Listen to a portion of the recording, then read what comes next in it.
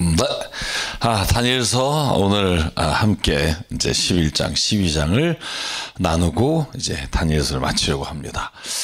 연휴가 있어서 저희가 좀 기간을 두고 만나게 됐는데 오늘 좀 앞에 정리를 해보면 다니엘이 본 환상은 다니엘 시대에 다니엘을 정말로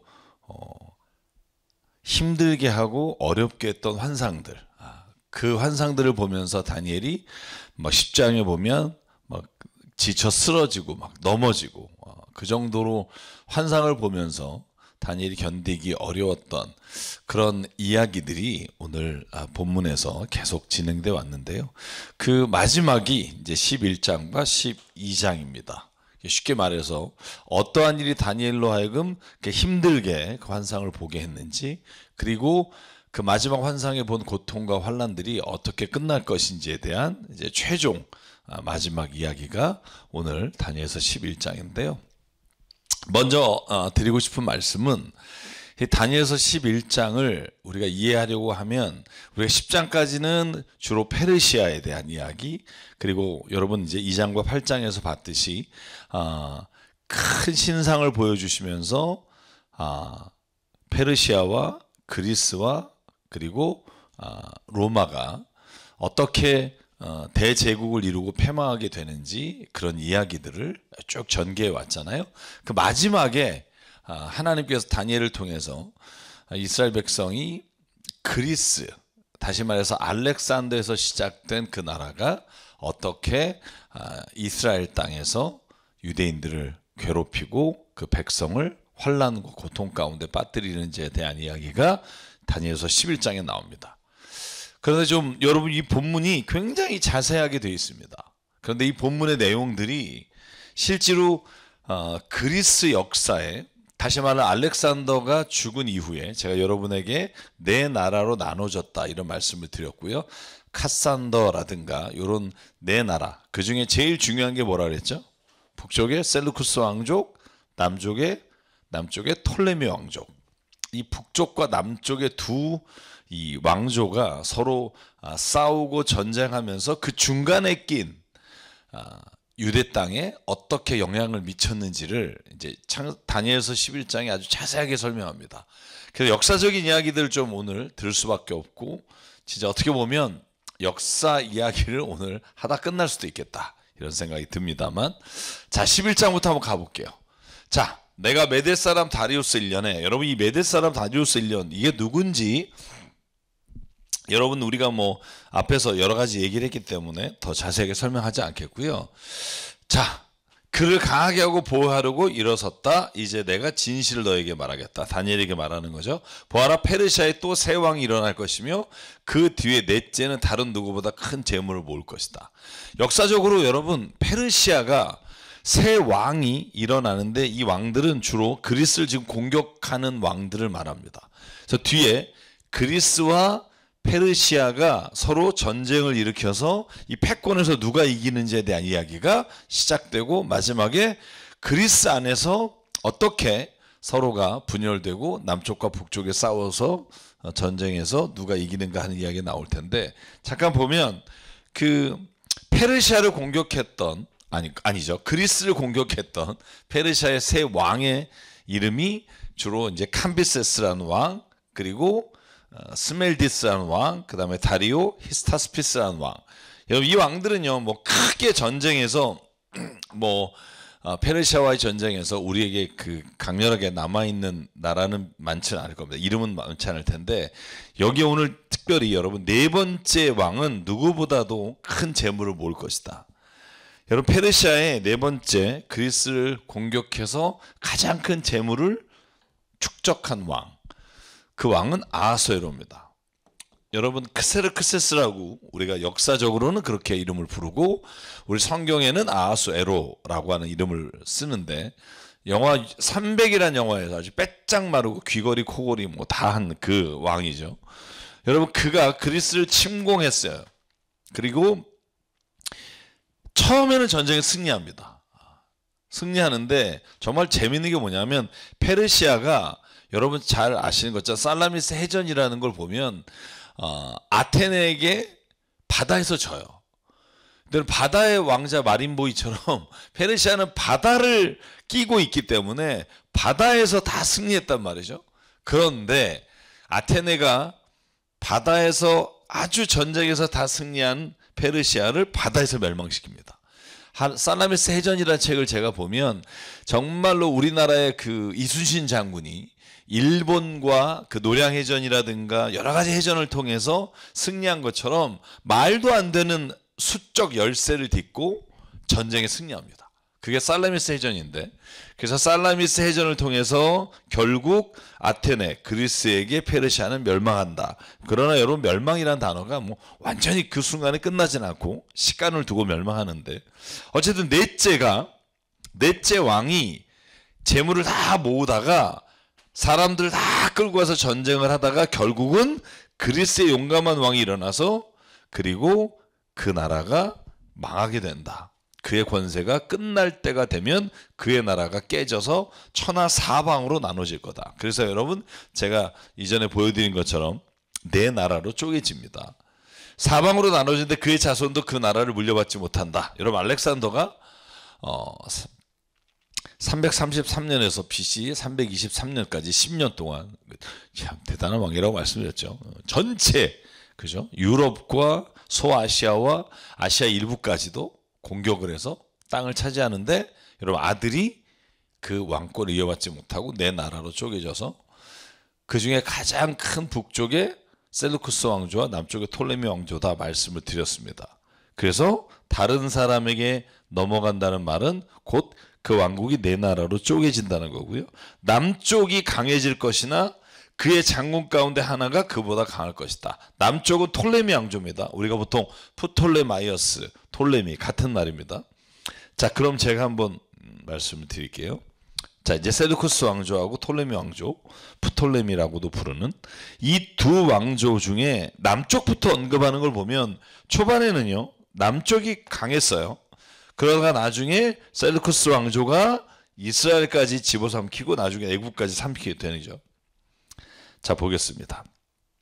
톨레미 1세, 남쪽 왕입니다. 여러분, 이제부터 좀 굉장히 헷갈리는 이름들이 굉장히 많이 나올 텐데요. 네.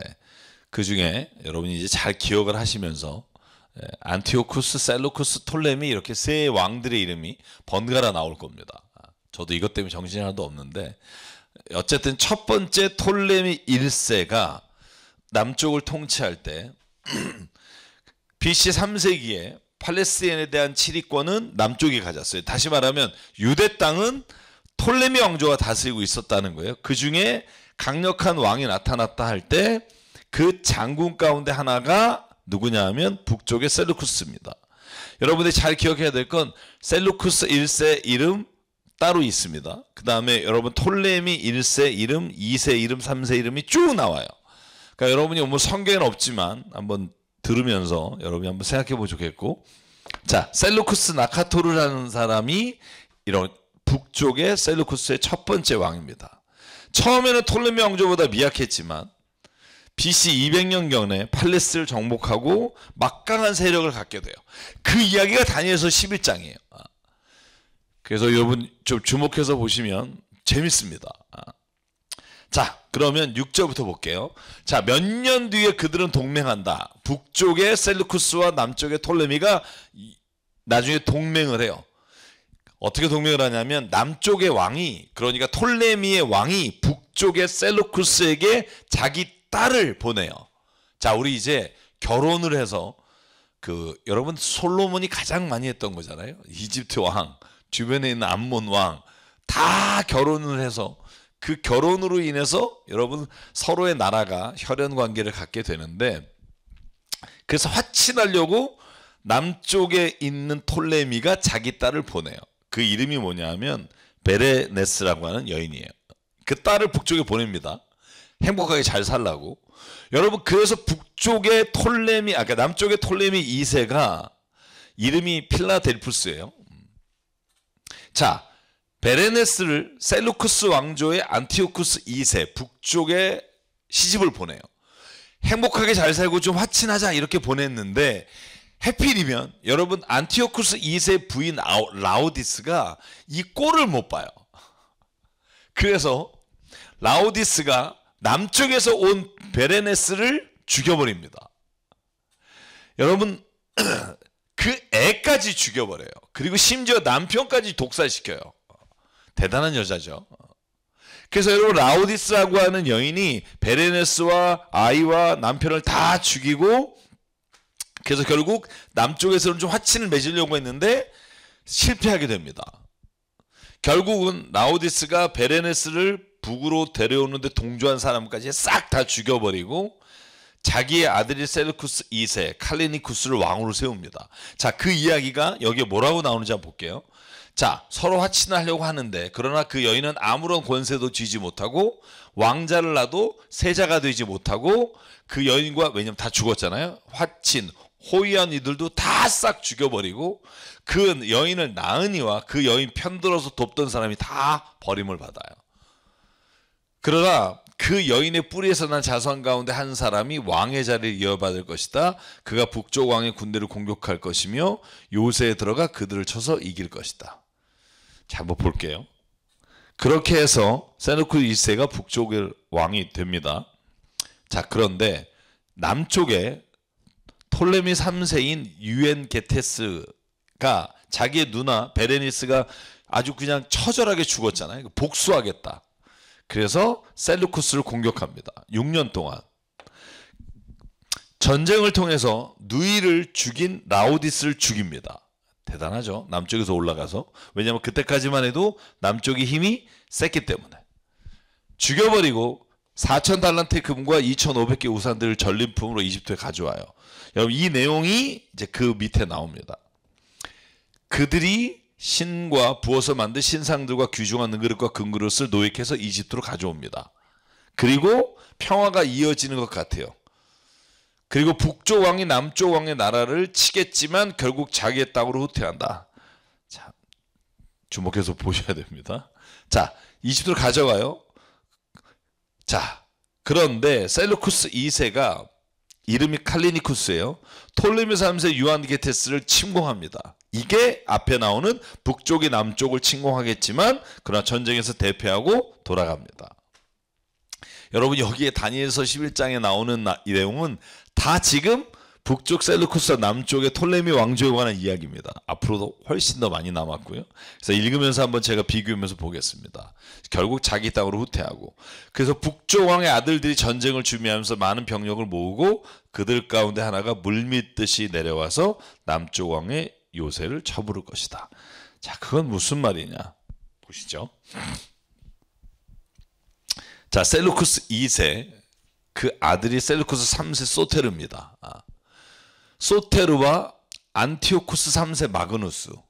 쉽게 말하면 왕이 둘이 나와요.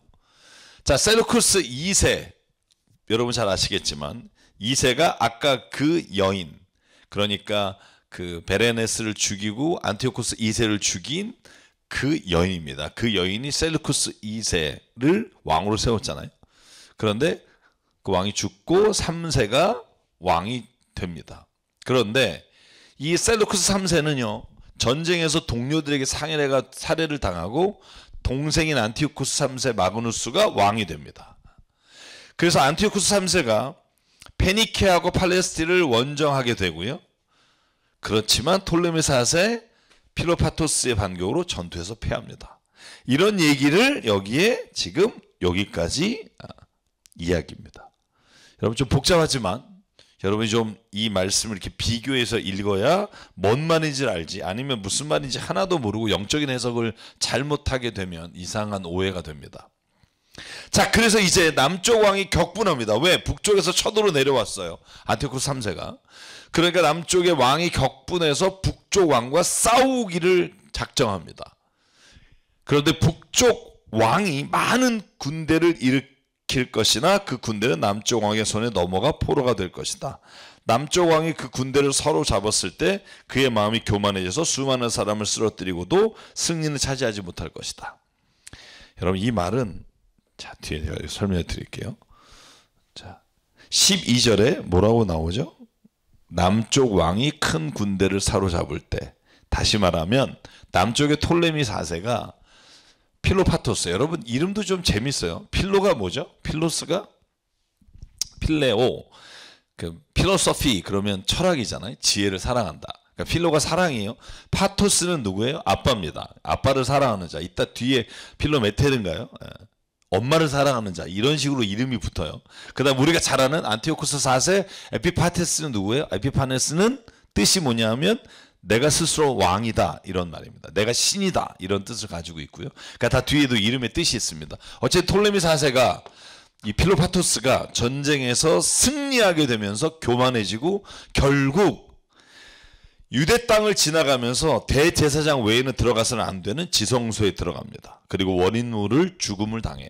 이게 BC 203년입니다. 여러분 이건 역사적으로 다 고증이 된 거라. 여러분 그래서 여기에 나오는 내용들은 참 특이하죠. 다니엘이 우리가 그 나이로 하면은 BC 한 500년에서 400년 추정하잖아요. 왜냐하면 이스라엘이 멸망하는 시기 그 바로 직후니까. 그런데 다니엘이 지금 보고 있는 환상은 BC 200년 그때 환상을 지금 보고 있는 겁니다. 그런데도 이렇게 자세하게. 자, 그래서 결국은 어떻게 돼요? 차지하지 못하고 북조강은 돌아가서 처음보다 더 많은 군대를 일으킬 것이며 몇 해가 지난 다음에 큰 군대와 장비를 이끌고 갈 것이다. 그때 많은 사람이 일어나서 남쪽 왕을 칠 것이다. 너희 백성 가운데 난폭한 사람들이 나서서 환상에서 본 대로 이루어가겠지만 그들은 실패할 것이다. 자, 이 말이 뭐냐면 안티오쿠스 3세 마그누스가 여러분 페르시아 지방하고 아시아 지방을 원정합니다. 212년에서 204년. 그래서 국가를 크게 세웁니다. 그 힘을 가지고 이집트로 공격을 해요. 그래서 톨레미 왕제 톨레미 4세 아까 말한 워린모를 죽음을 당했잖아요. 대지성소에 들어갔다가 그 아들 톨레미 5세 얘도 이름이 에피파네스입니다. 얘도 굉장히 근데 5살짜리니까 지가 이름을 붙이진 않았겠죠. 그래서 이 4살짜리가 즉위를 해요. 그래서 친 셀루쿠스 파와 유대인들이 톨레미로부터 독립을 하려고 했지만 여러분 스코파스 장군에 의해서 무위로 돌아갑니다. 그 이야기가 여기에 나와요. 자, 남쪽 왕을 칠 것이고 너희 백성 가운데 유대인들 가운데도 난폭한 사람들이 나타나서 본대로 하려고 했지만 그들은 실패할 것이다. 그때 북쪽 왕이 와서 그 언덕을 쌓고 요새화된 성읍을 빼앗을 것이고 남쪽 군대는 북쪽 군대에 당해낼 수가 없을 것이다. 남쪽의 정예부대도 북쪽 군대를 당해낼 힘이 없을 것이다. 역사를 보면 그래서 결국은 이 힘의 균형이 서로 공격했다 뺏었다 공격했다 뺏었다 하는 상황이 계속되고 있다는 걸 우리가 알 수 있습니다. 여러분 그리고 나서 굉장히 깁니다. 11장이 45절까지 있어요.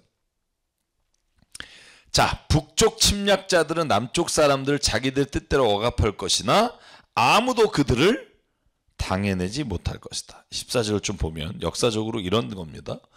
자, 좀 더 읽을게요. 그들은 영광스러운 땅, 약속의 땅에 우뚝 설 것이며 그 땅을 완전히 장악할 것이다. 북쪽 침략자들입니다. 북쪽 왕은 자기 나라의 군사력을 이용해서 남쪽 왕과 화친할 것이며 남쪽 왕에게 딸을 주어 그 왕국을 멸망시키려고 할 것이다. 그러나 그 일은 이루어지지 않고 그에게 도움도 되지 못할 것이다. 재밌는 게 뭐냐면 아까 처음엔 누가 있죠? 남쪽 왕이 북쪽 왕에게 딸을 줘서 베레네스를 줘서 화친을 이루려고 했으나 결국은 안티오쿠스 2세 부인이 죽여서 화친을 못합니다. 또 이번에 반대로 북쪽에 있는 왕이 이제 남쪽 왕에게 화친하려고 딸을 보내요. 그 이름이 그 유명한 클레오파트라입니다. 우리가 아는 안티오쿠스 로마의 장군과 결혼한 이 클레오파트라는 한참 뒤에고요. 이게 첫 번째 클레오파트라 1세라고 보시면 되겠죠. 자, 볼게요. 클레오파트라를 톨레미 5세 왕비로 줘요. 5세 아까 말씀드렸잖아요. 그 어린아이 이제 자랐겠죠. 그래서 이제 어떻게 보면 클레오파트라를 통해서 이제 남쪽하고 화친을 맺고 자기네가 지금 약간 약한 쪽이니까 어떻게 하든지 유리한 고지를 밟으려고 했는데 진짜 웃긴 일이 생깁니다. 클레오파트라가 톨레미 5세를 진짜 사랑해요. 그래서 클레오파트라가 북쪽에 자기 아버지의 말을 듣지 않고 오히려 톨레미 5세와 결탁을 해서 로마와 소를 잡습니다. 그러니까 여러분 둘 다 결혼 정책이 실패해요. 17절에 나오는 내용이에요. 자, 한번 17절 볼까요? 자, 제가 말한 대로 남쪽 왕에게 딸을 줘서 그 왕국을 멸망시키려고 했는데, 그런데 그 일은 이루어지지 않고 그에게 도움도 되지 못해요. 왜? 클레오파트라가 톨레미 5세에게 사랑하게 되고 로마에게 편을 먹게 되니까. 그래서 그 뒤에 18절에 보면 해변 땅 쪽으로 방향을 돌로 많은 곳을 점령하는 일이 일어나고 한 장군이 나타나 그를 꺾어버려서 그가 더 이상 행패를 부리지 못하게 하고 오히려 북쪽 왕이 부리던 행패가 자신에게 되도록 할 것이다. 자, 역사적으로 보면 이런 일이 있었습니다. 안티오쿠스 3세가 서쪽 지중해를 다 차지하고 그리고 나서 남쪽으로 군대를 보냈는데, 그때 여러분 유명한 이 장군 이름은 알죠? 루키우스 스키피오죠. 스키피오. 여러분 이 사람이 격퇴를 시킵니다. 그래서 결국 안티오쿠스 3세는 뜻을 이루지 못하고 물러나게 됩니다. 그리고는 죽음에 이르러요. 자, 그게 오늘 18절까지 이야기고, 그 다음에 여러분 안티오쿠스 3세 뒤를 이어서 왕이 된 게 누구냐면 셀루쿠스 4세 필로파토르. 네. 여기가 필로파토르, 여기가 아버지의 사랑하는 자예요. 네, 파토르. 네, 여기입니다. 네. 여러분 필로파토르가 왕이 됩니다. 근데 전쟁에서 졌으니까 부왕이 전쟁에 배상금을 내려고 하니까 세금을 무지막지하게 걷어들여요. 그래서 여러분 그 필로파토르가 이 세금 걷어내는 일에 사람을 하나 쓰는데 그 이름이 헬리오도루스라고 하는 사람을 써서 세금을 무지막지하게 걷는데 오히려 그 사람에게 독살을 당합니다. 그러니까 옛날에는 정말 이렇게 독살이 많았습니다. 우리나라도 그랬지만 역사를 보면 왕이나 정권을 잡은 사람이 정말로 독살이나 아니면 가족에 의해서 죽는 경우가 참 많습니다. 여러분 그래서 여기 보면 그렇게 되어 있습니다. 그 뒤에 그가 자기의 땅에 있는 요새지로 돌아가겠지만 비틀거리다 넘어져서 사라지고 말 것이다. 이게 안티오쿠스 3세 이야기입니다. 자, 다른 왕이 그 뒤를 이어 왕이 될 것이다. 새 왕은 백성을 억압하는 세금 징수원들을 전국 각 지방에 보내고, 이게 셀루쿠스 4세입니다. 세금을 많이 거두어서 나라의 영화를 유지하려고 하겠지만 얼마 안 가서 아무도 모르게 살해되고 말 것이다. 자, 그러면 어떻게 되느냐? 우리가 말한 셀루쿠스 4세가 독살을 당하게 됩니다. 그 이야기를 적고 있습니다. 자, 그러니까 지금 이게 계속 여러분 다니엘서 11장은 셀루쿠스 왕조하고 톨레미 왕조 사이에 일어났던 일들을 다니엘이 자세히 보고 그걸 기록한 내용이라는 걸 알 수 있습니다.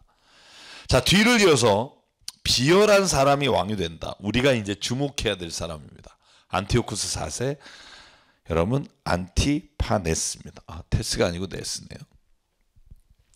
자, 안티오쿠스 4세 안티파네스는 어떤 사람이냐면 그 유대 땅, 그러니까 이스라엘과의 관련해서 가장 악한 일을 행하고 결국은 그런 일로 인해 뭐 죽임을 당하는, 뭐 누구에게 살해당하지 않지만 죽는 왕을 말합니다. 자, 왜 비열한 왕이라고 하냐 하면 원래 얘가 왕의 서열이 아닙니다. 아까 셀루쿠스 4세가 죽었잖아요. 독살을 당해서. 그러면은 그 아들이 왕이 돼야 되잖아요. 그렇지 않겠습니까? 자, 그런데 안티오쿠스 4세는 안티오쿠스 3세의 둘째 아들이에요. 그러니까 셀루쿠스 4세가 왕이 됐으니까 형이 왕이 됐는데 형이 죽었잖아요. 그러면 셀루쿠스 4세의 아들이 왕이 돼야 되잖아요.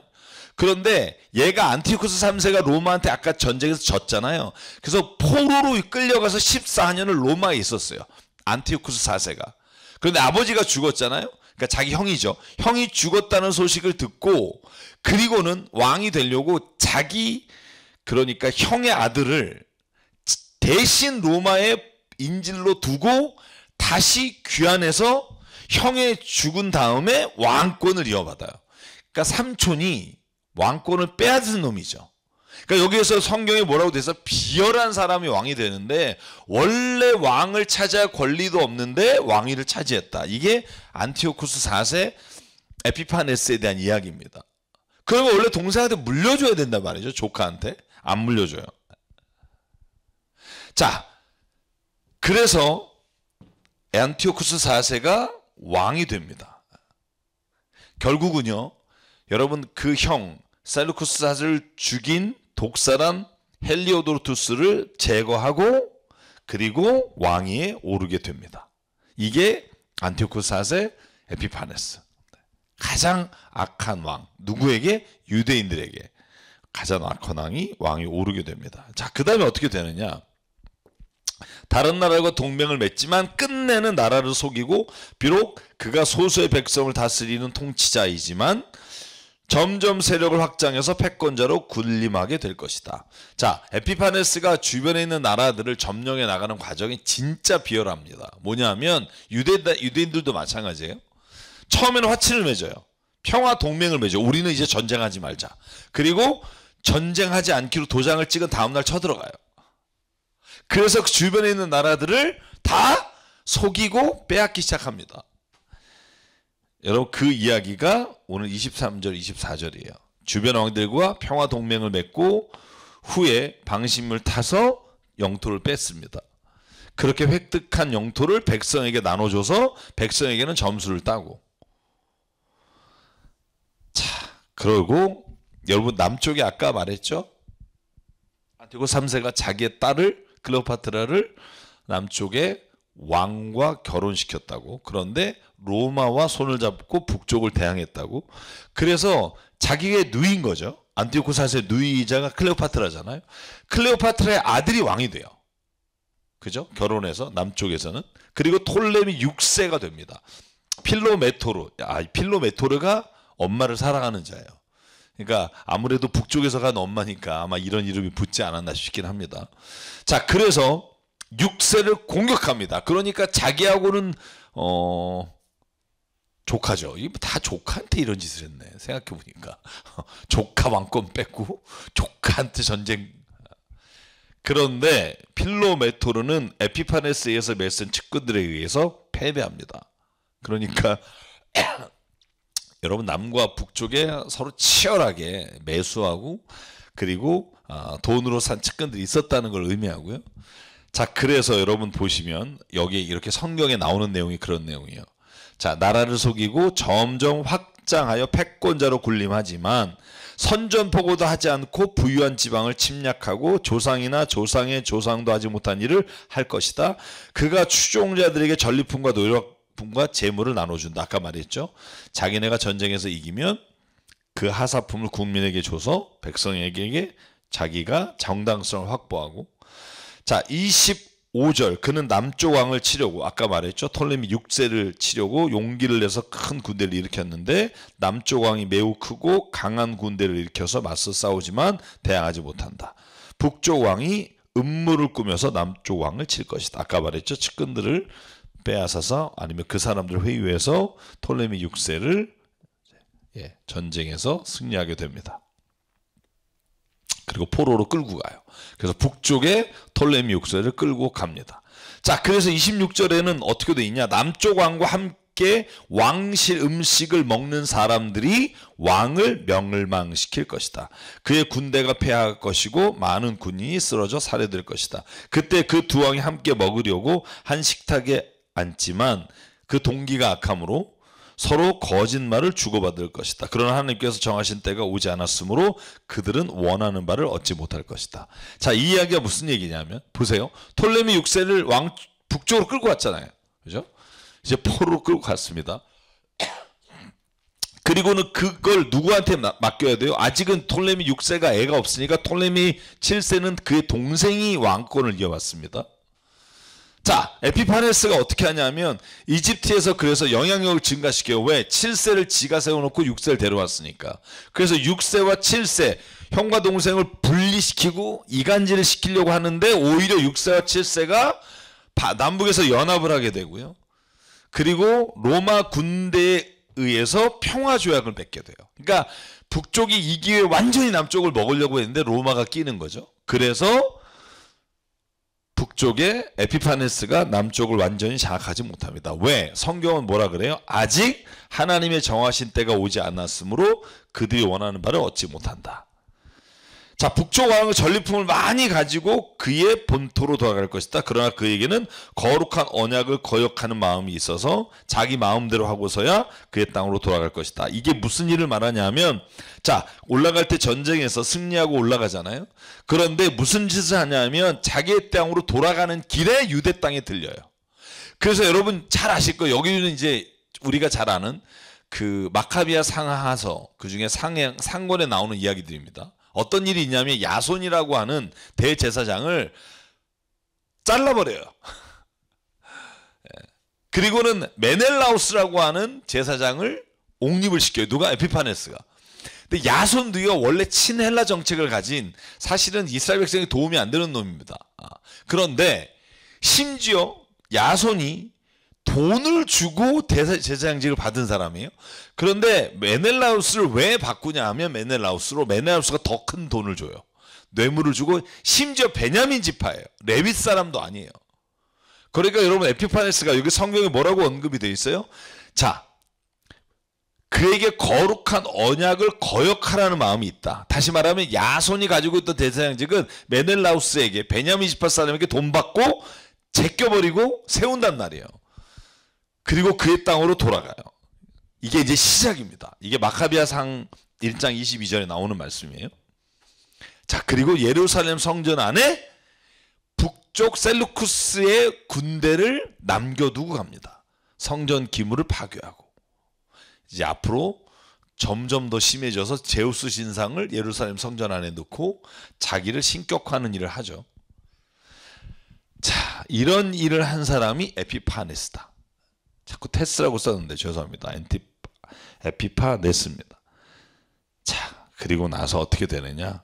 정한 때에 그가 다시 남쪽으로 내려가서 이집트를 차지하지만 그때에는 전번과는 다를 것이다. 서쪽 해안의 배들이 그를 치러 올 것이고 그 때문에 그는 낙심할 것이다. 그는 퇴각하는 길에 거룩한 언약을 맺은 사람들에게 분풀이 할 것이고 자기 나라로 돌아가서는 거룩한 언약을 저버린 사람을 뽑아서 높이 앉힐 것이다. 자, 이게 지금 제가 설명한 이야기들이 여기에 나와 있습니다. 자, 이런 짓을 했어요. 그리고 오늘 31절을 보면 그의 군대가 성전의 요새 지역을 더럽힌다. 여러분, 성전의 요새 지역이라고 표현되어 있는데 여기가 신학자들은 지성소라고 생각합니다. 그러니까 성전의 지성소를 더럽힌다. 여러분, 거기에 무슨 짓을 했냐 하면 제사를 금지하고 제우스 신상을 세워뒀다는 거예요. 그 일을 반대한 사람을 죽이고 화형을 시켰다는 거예요. 그는 속임수를 써서 언약을 거역하여 악한 짓을 하는 자들의 지지를 받을 것이다. 그러니까 그 당시에도 여러분 잘 알아야 될 게 유대인들 중에도 에피파네스 쪽에 붙어서 이 메레니오스처럼 먹고 사는 놈들이 있었고 야손처럼 그의 반대파가 누구예요? 여러분 아까 말했듯이 마카비아 집안이라든지 하시딤이라든지 하나님의 말씀을 지켜야 된다는 사람들이 무장투쟁을 해서 나중에 유대 전쟁을 일으킵니다. 자, 하나님을 아는 백성은 용기 있게 버텨나간다.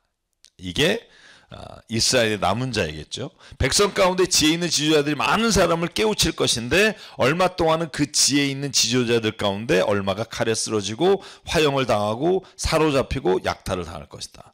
무슨 말이냐 하면 유대인 중에도 이런 에피파네스의 악랄한 짓에 성전을 모독하는 짓, 제우스 신상을 세워놓는 일, 돼지고기를 먹게 하는 이 모든 일에 저항하고 거기에 대해서 거세게 했던 사람도 화형당하고 죽는다는 거예요.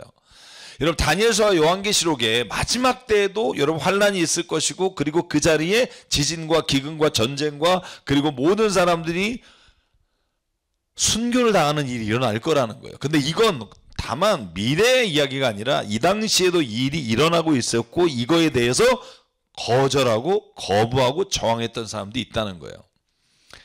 여러분 다니엘서와 요한계시록과 우리가 지금 살고 있는 이 땅의 현실이 분리되지 않습니다. 하나님이 그럼 어떻게 역사하셨는지를 다니엘서에서 보자는 거예요. 다니엘서를 자꾸 영적으로 해석해서 마지막 때 종말의 때 요한계시록을 영적으로 해석해서 종말의 때 이런 일이 일어날 것이다 라고만 보는 게 아니라 이 당시에 하나님을 사랑하고 주님의 뜻대로 살려고 했던 사람들은 오히려 박해를 당하고 화형을 당하고 사로잡히고 약탈당하는 일들이 있었던 것처럼 오늘날에도 그런 일을 당하는 일도 있고 마지막 때에도 그런 일을 당하는 사람이 있을 것이다. 학살이 계속되는 동안 에피파네스가 그런 짓을 했고, 하나님의 백성이 조금은 도움을 받을 것이나 많은 사람은 술책을 쓰며 적군과 한패가 된다. 쉽게 말하면 적그리스도, 마지막 날의 적그리스도라고 표현한다면 이 에피파네스와 협력해서 오히려 그 사람들에게 한패가 된 사람들이 있다. 아까 말한 사람들이죠. 그보다 더 많은 사람들이죠. 그래서 학살을 당하고 이 일로 백성은 단련을 받고 순결하게 되며 끝까지 깨끗하게 남을 것이다. 그러니까 여러분, 고통과 환난은요, 저는 알곡과 가라지를 구분하는 현장이라고 봐요. 그러니까 여러분, 우리가 보통 마지막 때 예수께서 알곡과 가라지, 양과 염소를 나누신다고 할 때, 여러분 이런 어려움과 환난 가운데 자기의 유익과 자기가 잘 되기 위해서 악과 타협하는 사람, 그런 사람을 우리가 가라지라고 부르시는 거예요. 그러니까 마태복음 7장에 나오는데 주여 주여 하는 자마다가 아니라 하나님 뜻대로 행하는 자가 구원받는다 하는 말이 오늘 이 다니엘서의 말씀하고도 연결이 돼요. 자, 그래서 결국 어떻게 돼요? 안티오코스 에피파네스의 편에 서서 민족을 배반하는 사람도 있지만 하시딤의 저항운동에 참여해서 마카비아 집안이 혁명을 일으켜서 유대 민족이 유대 전쟁을 통해 BC 167년부터 BC 63년까지 독립을 합니다. 자, 이제 얼마 안 남았습니다. 11장. 자, 그런데 북쪽 왕 에피파네스죠. 지 할 대로, 지 하고 싶은 대로 한다. 스스로 높이고 모든 신보다 자기를 크다고 하며, 에피파네스란 단어의 뜻이 그렇다 그랬죠. 스스로를 왕이라고 칭한다. 신이라고 칭한다. 그런데 여러분, 이걸 사람들이 조롱해서 에피마네스라고 불렀어요. 그 뜻이 뭐냐면 미친놈이란 뜻입니다. 그러니까 제가 여기 좀 설명하면 이런 거예요. 에피파네스의 뜻은 신이 나타났다, 혹은 영광스러운 자다라는 뜻인데, 사람들은 그를 조롱하기 위해서 에피마네스라고 불렀다. 미친 사람이다. 그러니까 얼마나 미친 짓을 했으면 사람들이 그렇게 이름을 불렀겠습니까? 그래서 하나님과 동등한 적으로 여겼다. 여기도 마찬가지죠. 그는 스스로를 높이고 모든 신보다 자기 이름을 높였고, 그래서 자기를 신의 현년이라고 스스로를 불렀다. 저는 이게 마지막 때에 나타나는 적그리스도의 모습이 에피파네스의 모습에서 보인다는 거예요. 그죠? 그리고 여러분, 요한계시록에 나오는 적그리스도는 누구냐 하면 로마 시대에 혹은 황제 왕이 적그리스도였어요. 여러분 보시면 그쪽에 그 요한계시록에 나타나는, 여러분 그 바다에서 올라오는 뱀도 있고 용도 있고 불뱀 혹은 욕이라는데 그건 사탄이다. 사탄은 곧 적그리스도인데, 적그리스도가 누구예요? 로마에서 지금 그리스도인을 핍박하는 왕을 말합니다. 에피파네스는 여러분 그리스 시대에 유대인들을 핍박했던 사람이고, 여러분 로마의 황제들은 로마 시대에 그리스도인을 핍박했던 사람들이고, 이와 같이 오늘날에도 우리가 그리스도인으로 살아가는데 그리스도인을 핍박하는 사람이 있을 것이고, 마지막 때에도 결국 적그리스도가 나타나서 그리스도인을 핍박하는 일이 일어날 것이다. 그때 어느 편에 설 것인가, 이게 계시록이 우리에게 요청하는 결단입니다. 그러니까 여러분 이걸 보고 14만 4천이라든지 1290일이라든지 1333일이라든지 마지막 다니엘서 12장에 나오는 두 때 반, 세 때 반, 이 날이 중요한 게 아니라 하나님이 때가 있는데 그 때에 어떠한 편에 쓸 것인가에 대한 게 계시록의, 묵시록의, 아포칼립스가 말하고자 하는 겁니다. 여러분, 그래서 결국 에피파네스가, 자, 여기까지 좀 읽어볼까요? 자, 자기를 하나님보다 더 높였다. 그 대신에 그는 요새를 지키는 신을 공경할 것이요, 그의 조상이 알지 못하던 신을 금과 은과 보석과 진귀한 것들을 바치며 섬길 것이다. 그는 요새를 수비하려고 이방신을 섬기는 사람들 용병으로 쓸 것이다. 그 자기의 어떤 군대를 거기에 세웠단 말이죠. 자기를 통치자로 받아들이는 사람은 크게 예우하고, 아까 예손 같은 사람, 아손 같은 사람, 그리고 멜레네우스 같은 사람, 토지를 또 보상으로 나눠줄 것이다. 북조왕의 마지막 때가 올 무렵, 다시 말하면 안티오코스 4세 에피파네스가 이제 끝날 무렵에 남쪽 왕이 그를 공격할 것이다. 그러면 북쪽 왕은 병거와 기마병과 수많은 해군을 동원하여 홍수처럼 그를 치려고 할 것이다. 자, 이제 이 사건이 일어나겠죠. 자, 그래서 결국은 에피파네스는 최후를 맞게 됩니다. 자, 이야기를 좀 볼게요. 자, 에피파네스가 일단 최후를 맞이하기 전에 무슨 일을 했느냐? 주화에 자기 이름을 넣었어요. 여러분 로마 황제도 자기 이름을 넣잖아요. 마찬가지입니다. 글라디우스가 그런 일을 했다. 그래서 글라디우스의 어떤 핍박하에 있었던 이야기들이 요한계시록에 나오죠. 신이라는 뜻으로 데우스라는 글을 자기 얼굴 밑에 써놨어요. 내가 신이다 이런 거죠. 안티오쿠스 에피파네스는 어떤 신들보다 자기를 우위에 뒀습니다. 그래서 로마의 신 중에도 마르스 신, 전쟁의 신만을 신봉했고요. 결국 마카비아 혁명 이후에 병으로 죽습니다. 자, 여기에 뒤에 나오는 이런 이야기들은 그가 살아있을 때 했던 일들에 대한 기록일 거예요. 그러니까 그가 어디까지 쳐들어갔느냐? 에돔과 모압과 암몬에까지 쳐들어가지만 그의 손에서 피했다는 얘기를 쓰고 있고 43절 그는 이집트의 금과 은이 있는 보물 창고와 모든 귀한 것을 탈취할 것이고 리비아와 이디오피아도 정복할 것이다. 그러나 그때 동쪽과 북쪽에서 들려온 소식이 그를 당하게 할 것이다. 그러므로 그가 크게 노하여 많은 사람을 죽이고 멸망시킬 것이다.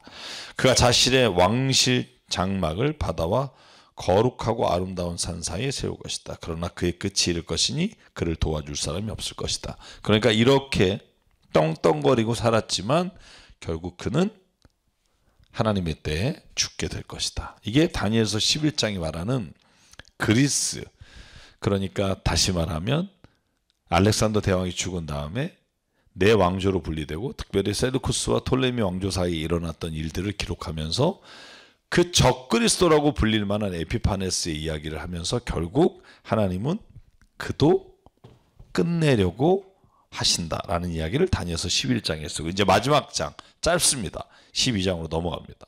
자, 12장에는 그때 너의 백성을 지키는 위대한 천사장 미카엘이 나타날 것이다. 자, 미카엘이 나타나서 그거 나라가 생긴 대로 그때까지 없던 어려운 때가 올 것이다. 환란이 온다는 거죠. 그러나 그때 그 책에 기록된 너의 백성 모두 피하게 될 것이다.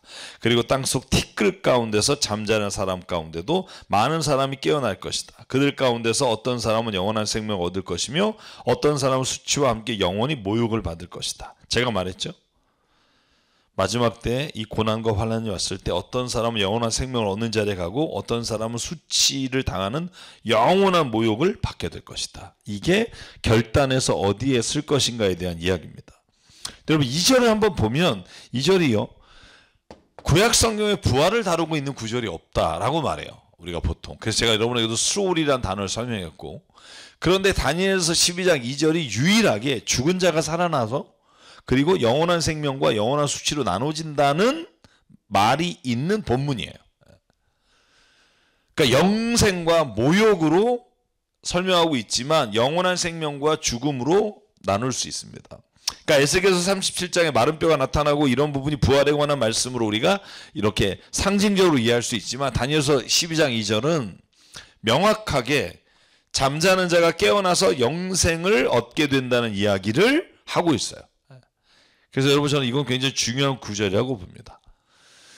그리고 우리가 좋아하는 말이죠. 3절. 지혜 있는 사람은 하늘의 밝은 빛처럼 빛날 것이요 많은 사람을 옳은 길로 인도하는 사람은 별처럼 영원히 빛날 것이다.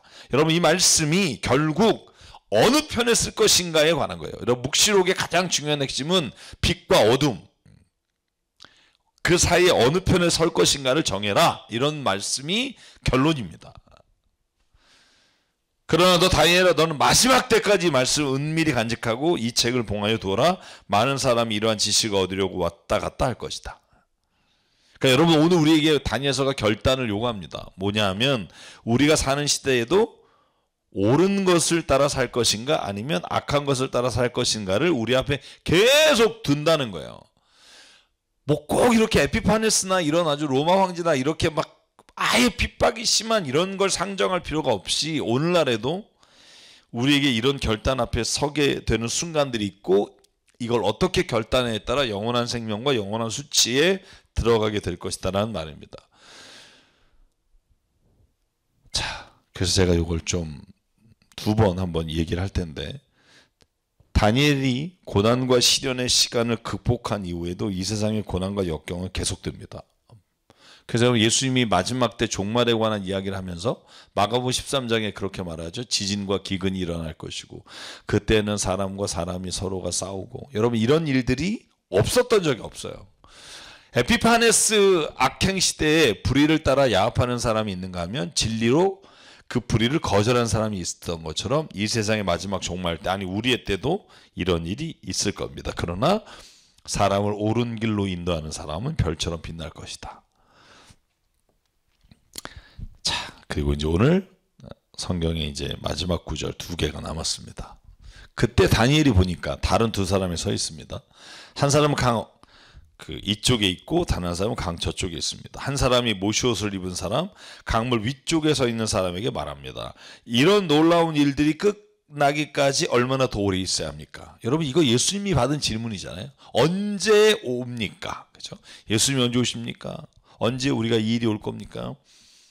여러분 그때 모시옷을 입고 강물 위쪽에 있는 사람이 오른손과 왼손 하늘에 쳐들고 영원히 살아계신 분에게 맹세하며 말합니다. 한때와 두때와 반때가 지나야 한다. 거룩한 백성이 받는 핍박이 끝날 때 이 모든 일이 다 이루어질 것이다. 저는 이단들이 이 한때, 두때, 반, 3때 반이죠. 총하면.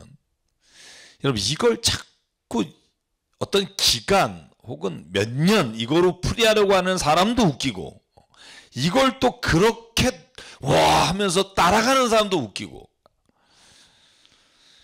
진짜 정말 이게 그 무식이 이게 펑펑 튄다고 하잖아요. 이건 그런 의미로 쓰는 말이 아닙니다. 나는 듣기나 했으나 이해할 수 없어서 또 물었어요. 이 모든 일의 결과가 뭡니까? 여러분 이건요 다니엘도 지금 몰라요. 그리고 끝까지 이 일에 대해서 언제 일어난다는 말을 하고 있는 게 아니에요. 자, 맞아. 듣고 그다음에 마지막 결론 낼게요. 그가 말합니다. 다니엘아 가라. 이 말씀 마지막이 올 때까지 은밀하게 간직되고 감춰질 것이다. 많은 사람이 깨끗해질 것이다. 그러나 악한 사람들은 이해하지 못하고 계속 악해질 것이다. 지혜 있는 사람들만 이해할 것이다.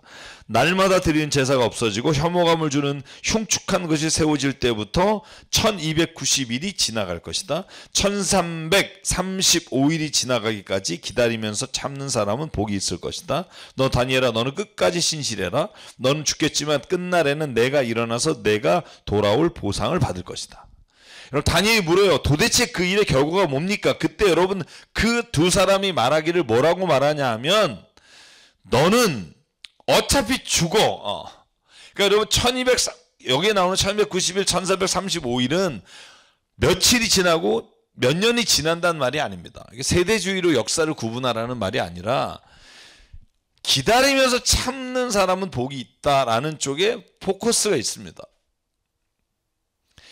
앞에도 말했잖아요. 하나님이 정하신 때가 아니라 아직 에피파네스가 살고 있고, 하나님이 정하신 때가 아니라 아직 악이 힘을 쓰고 있지만 하나님이 정한 때가 되면 그 일이 일어날 건데 그때는 다니엘에게 말해주지 않아요. 이 날은 다니엘에게 며칠이 지나면 하나님이 이루시겠다는 말이 아니라 이 기간 동안처럼 긴 기간도 기다리며 참는 사람이 복이 있다는 거예요. 베드로전서에 이런 말 똑같은 말이 나오잖아요. 너희가 환난을 당하나 담대하라 내가 세상을 이겼다. 이게 예수님이 하신 말씀이고 베드로가 뭐라 그래요? 너희가 환난을 당할 것이다. 그러나 너희는 기뻐하라. 이렇게 환난의 시기가 길어져도 하나님이 너를 신실하게 끝까지 지켜주실 것이라는 믿음을 가지라는 말입니다. 그래서 여러분 결론을 내리면 이런 거예요. 다 12장에 말하는 이러한 일이 끝나기까지라는 말은 마지막 때에 몇 년 뒤 며칠 뒤에 온다는 게 아니라 1차적으로 에피파네스로부터 닥친 고난과 환난에는 마지막 종말, 마지막 멈추는 때가 올 거다.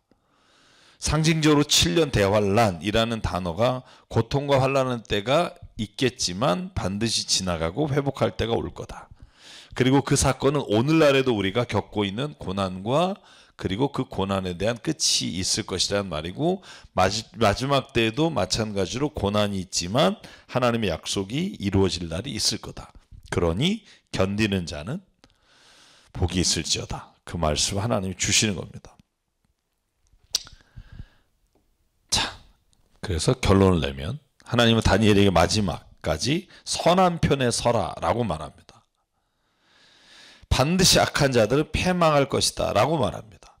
그러므로 다니엘서가 보여주는 1290일, 1335일이라는 숫자는 단순한 숫자가 아니라 하나님이 구원하실 때를 의미하고 하나님이 승리하신 날을 의미합니다. 결국 다니엘은 죽겠지만 하나님은 그를 다시 살리시고 반드시 보상해 주실 것이다. 마찬가지로 우리도 주님의 편에 선 사람은 다시 살아날 것이다. 이게 다니엘서가 우리에게 말씀해 주시는 거고요.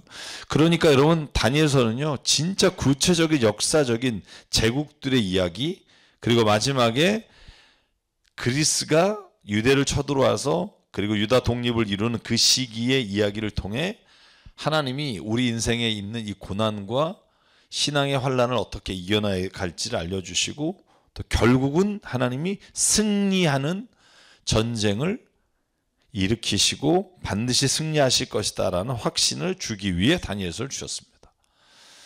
여러분, 그것이 오늘 다니엘서가 우리가 오늘 읽어가는 가장 중요한 의미인 것 같고요. 여러분, 오늘도 다니엘서를 이제 마칩니다. 이제 다음에 호세아서를 시작할 텐데, 또 호세아서는 또 완전히 또 하나님께서 어떻게 인간을 사랑하시고 끝까지 그를 지키시는지에 관한 신실한 이야기입니다. 그래서 오늘 여기 다니엘서를 마치고 다음 주부터 호세아를 시작하겠습니다.